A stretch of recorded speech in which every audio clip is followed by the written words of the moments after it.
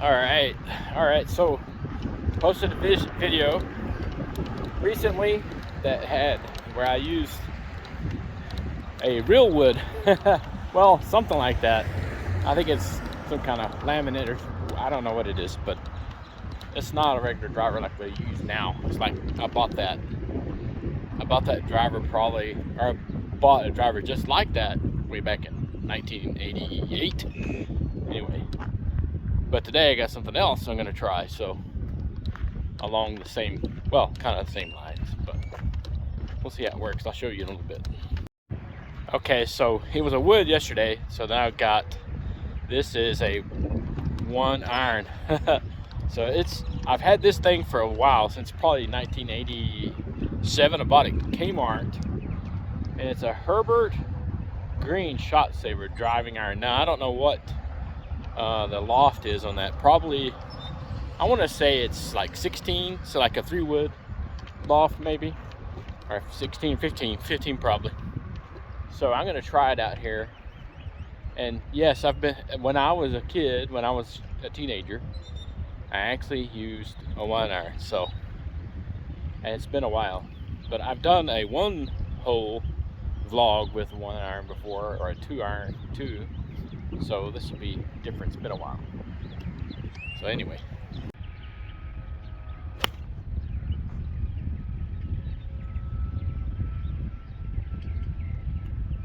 I actually did some practice shots. I hit some way over to the right, so I got 2 balls to go pick up over there. I could put them on video, but and then I hit one decent one, the 3rd one. Not great, but it'll work. It's down here on this short par 4. So anyway.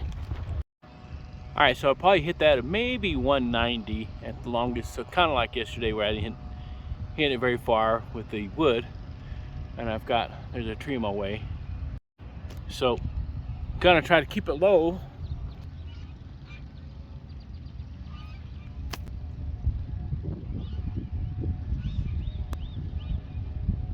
That sucked.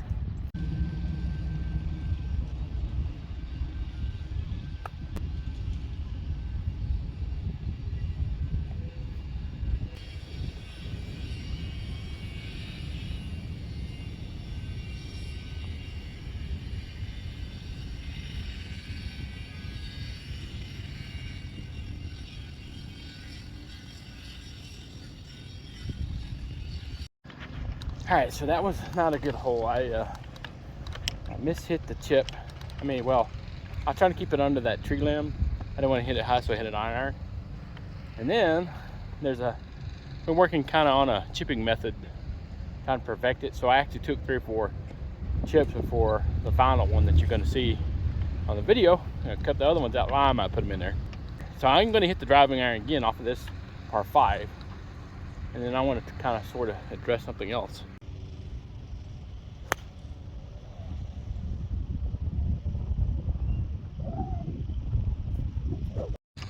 Not bad. It's down the middle, not real far, just like yesterday.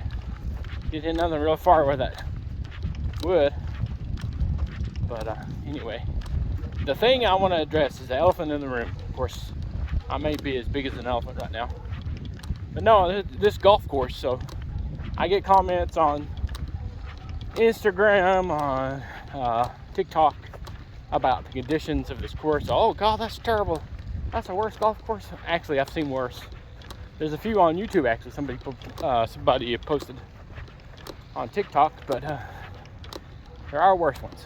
But it don't bother me. I mean, that's sort of the reason why I call this channel, or that's my username, is Cringe Golf, the Cringe Golfer, because the conditions I play in, and of course that I'm not very good. So that's why I call it Cringe Golf. But you know, this place was ran into the ground by some company. I'm not going to say the name because a friend of mine took the company over just recently and is trying to make good on this golf course.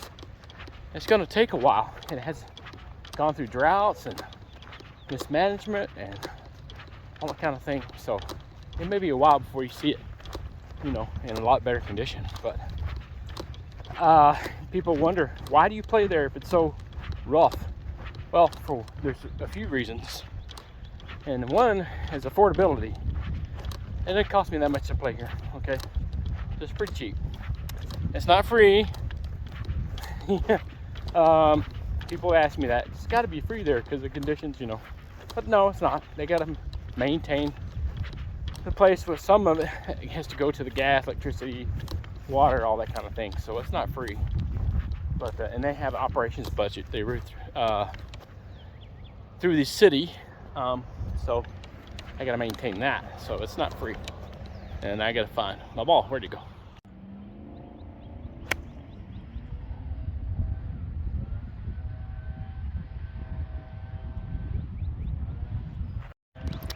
So yeah, so you know, I'm gonna put up with it, but I'm waiting for. My oldest daughter is graduating college soon, and she says she's gonna help me out, play some golf with me, shoot some video. Let's see what happens, what her schedule allows, I guess. If I have somebody on the camera where I can go, so I can freely play without worrying about that, then I can go play some nicer courses. It may be a little busier. Of course, now I don't video if I have people behind me. I don't want to hold nobody up. Okay, so I don't do that. It also didn't take 10 seconds to take video with me. So even out here, it takes a couple of seconds. So I don't really hold any time up. But that's one of the other deals, the reason why I play here. So the other reason is that this is where I grew up playing when I was a kid. When I was 14 is when I started playing. So when I sort of started playing, when I started learning. So I just, you know, come back to my home course and play here just for fun. It's a good walk, you know. If you're gonna need to take a walk, whatever, I need to do a lot of walking. I need to work this belly off. I'd gotten, you know, before COVID hit, I'd gotten my weight way down, and I was on the keto diet. It's pure torture, but I had gotten to a lot better weight and condition and doing exercise and all that kind of stuff. So I'm thinking about doing it again. I gotta stay away from the sugar.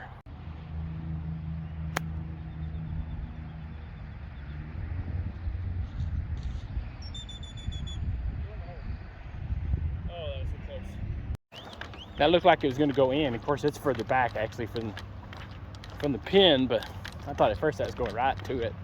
Felt like felt good swing, really good. All right, look how close that is.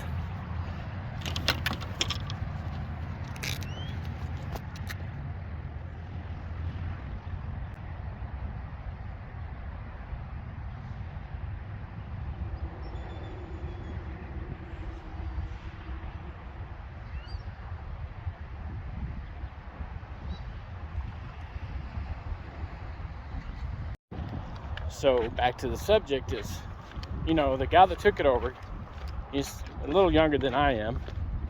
He's trying to get it. He's not in it for the money. I mean, sure, it would be nice if he makes the money. The guy that took it over. But he wants to get it back into respectable, playable conditions. And to do that, it's going to require time, a lot of work. He's out here by himself picking up trash, stuff like that, mowing and everything. He has a couple of people that have helped him a little bit. You know, they do it for free golf or whatever, but he's had that kind of thing. And then he's had trouble with mowers. They're broken, trashed out, whatever. Person he was going to buy one from tried to get more for it than they needed to. And then some other, I'm not going to go into details about that, but so we had trouble getting equipment, and just without the water, it's kind of hard to bring it back. Of course, we're just now coming out of winter. In Texas, we have Bermuda, so it goes dormant for, you know, the winter season. It's got to be above 50 degrees for a little time period for it to start coming back green up again, because it goes in dormancy. So, and it's just now towards the end of March, so it's going to take a month before it starts staying green and stuff, if we get some rain. So if we don't, it may turn yellow just because it don't have the water. But anyway, that's a lot of the deal of this course. So what I'm hoping to do, through any influence that I have, people that are on the golf community side, that if I can figure out a way to start some kind of fundraising thing. I mean, if everybody that follows me and then follows some other people donated $1. You've heard about that lady. I don't know if you've heard about it or not. It's a lady that had $40,000 in debt, so she had everybody donate $1, and she paid off her debt that way. So I'm kind of thinking the same thing. If we do that for the golf course, he's not going to take it and run. You know, we would know there's people that would hold him accountable if something like that happened. So, and it's $1, you're not going to lose anything. So if we could do something like that, it'd be great. So that's what I'm hoping to do somehow. I got to figure out what source to use for the donation thing and all the legalities and stuff around like that. So I guess you could use Venmo or PayPal, but I don't know how that's all structured, how much you get charged, and you know, if you have to have an official non-profit or what, you know.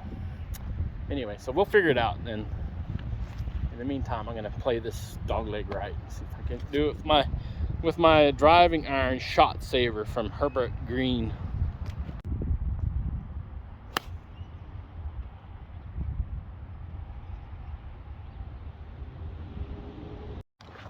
So that thin blade on that driving iron is favoring a fade. So I thought this would be perfect. If I don't cut it too much, all I have to do is aim a little bit right, and I'll cut this corner. And I didn't go very far. It's probably about 160, 170 to the trees. So yeah, I did cut through the corner. I was hoping I wouldn't hit the tree on the right. Anyway, we'll get to the ball. The other thing I was going to say about the course is that they have a Sunday scramble, and so I come out here to practice, hoping to do well, get better, to where I start winning some of those and put the money in my pocket. Last Sunday, I put $60 in my pocket. Me and my partner, which they're all chosen at random. We choose cards that they match to who your partner is. The guy I was playing with, Pete, he's a pretty good golfer. He hits quite a bit of a little fade, and he's just good at that. And so that helped put us in the fairway. And then we kind of took turns getting on the greens, and I made some good putts. We did cut them up. Had a couple of bogeys after I had birdied 3 times, and so. But we were able to get enough to shoot 1 under. And with these greens all choppy, it's kind of hard and actually win it. So that was good. But that's another reason why I play out here. Practice. I think I'd be really good by now, as much as I play. But no, this golf course presents a whole other kind of challenge with the conditions. You know, it's not like where it's pristine and everything, where the things that get you are sand bunkers and water traps, or fast greens. This one has, the whole place is like a sand bunker, but there's no water, and the greens are bumpy. So we'll see. Hopefully they will smooth out eventually. I really know he's going to do a good job with this place if he can keep things going.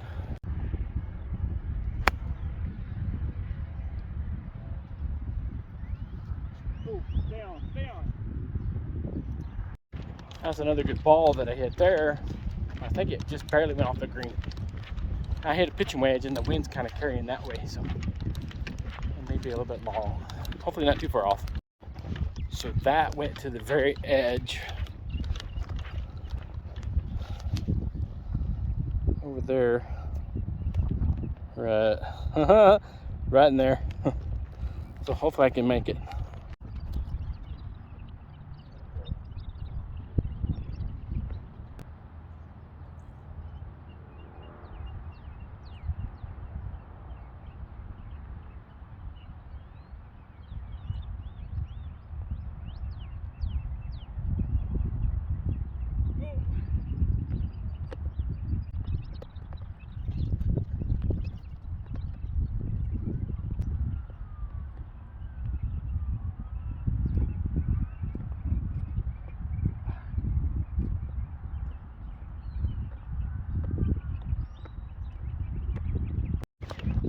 unfortunate bogey there, but I had to go through a little deal on that putt, and I hit it too hard the first time, so I just wanted to get it rolled down there and went a little bit too far. Of course, it hits the kind of, that's, to me, if you could get the greens in better condition, fix those places on the green, smooth them out or whatever, get them receptive. To me, I don't care what the fairways look like.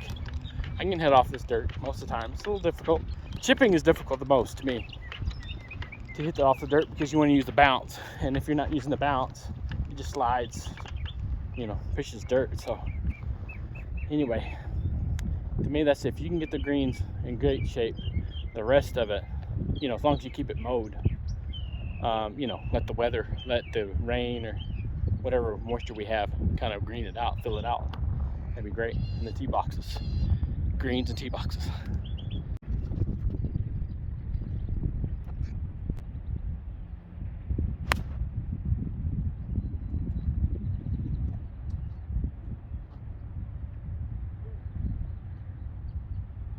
I think I'm dancing.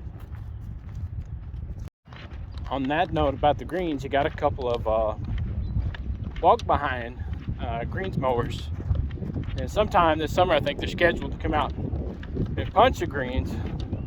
You know, that's going to run some money. Come out and punch a sand up. They haven't been done in probably 5-6 years, I think. So that'll help, hopefully. And then, you know, if we get some good rain, you could bring it back, make it a nice place.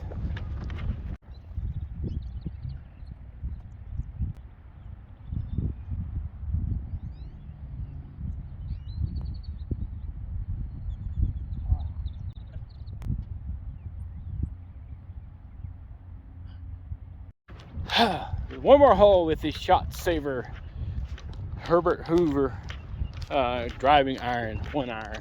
So I think I could play it out here, just like the wood, the shot shape, and some of the, you know, worm burners didn't hurt me a whole lot. What hurt me is my short game, or missing a putt here and there. Actually, I think I shot even yesterday, the first 5. I played another 5 and I didn't record, and I messed up a bunch of times. So I got used to that weight, and then I got my regular driver and just couldn't hit it with a darn.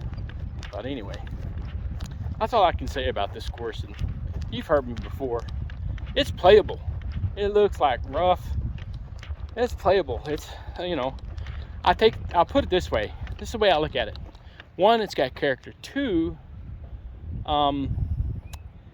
it's more fun than going to a driving range. You can hit buckets and buckets at the driving range, but until you get to the course, you really can't see what you're going to do. You know, you can kind of plan for it, hit a target or something, but until you get to that golf course and actually deal with the conditions and everything, you really don't know, you know, how your game is. To me, the driving range is for getting your swing right, not about how far you can hit it or the direction or anything like that. That's what the golf course is for. And if you could practice on the golf course, it'd be great. But you know, with limited time or whatever, or you know, busyness or whatever, it's hard to do. But yeah, if you can practice out here, that's what I do out here. So I'm trying to get my game really good or decent, so when I get in these kind of situations on a regular nice golf course, I know what to do. I've got it all. You know, I can recover well, and I usually do out here. So you've seen me time and time and again get into trouble, like on the roots of the tree or behind the tree, hit the tree and still park. We'll see, you know, what I do here. But anyway, that's all I got for right now. I'm going to play this last hole and I'll shut up. And I know I've taken a lot of time talking. Hopefully somebody's listening out there that maybe, I don't know, kind of help me out or make suggestions on the course. I know, you know, basically it needs rain, money, and maintenance, all those things. Anyway.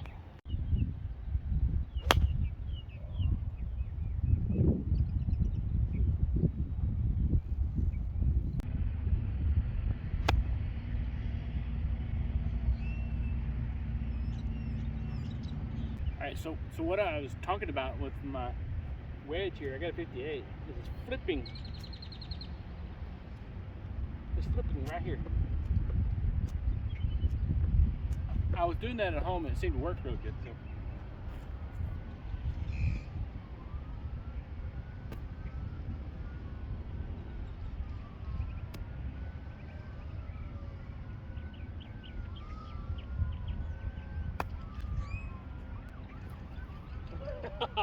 That almost went in.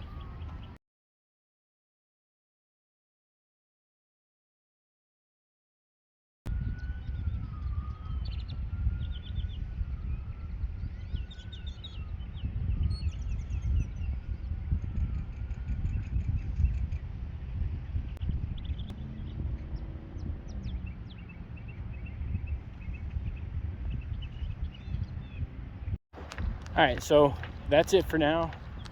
Thanks to whoever watched this and I talked your ear off. I'm going to try to do a chapter by chapter thing in the video list after I edit it, so you'll be able to click on little blue numbers and it'll take you to certain things you want to hear about.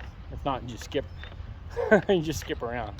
Anyway, but thanks for watching. We'll see you later.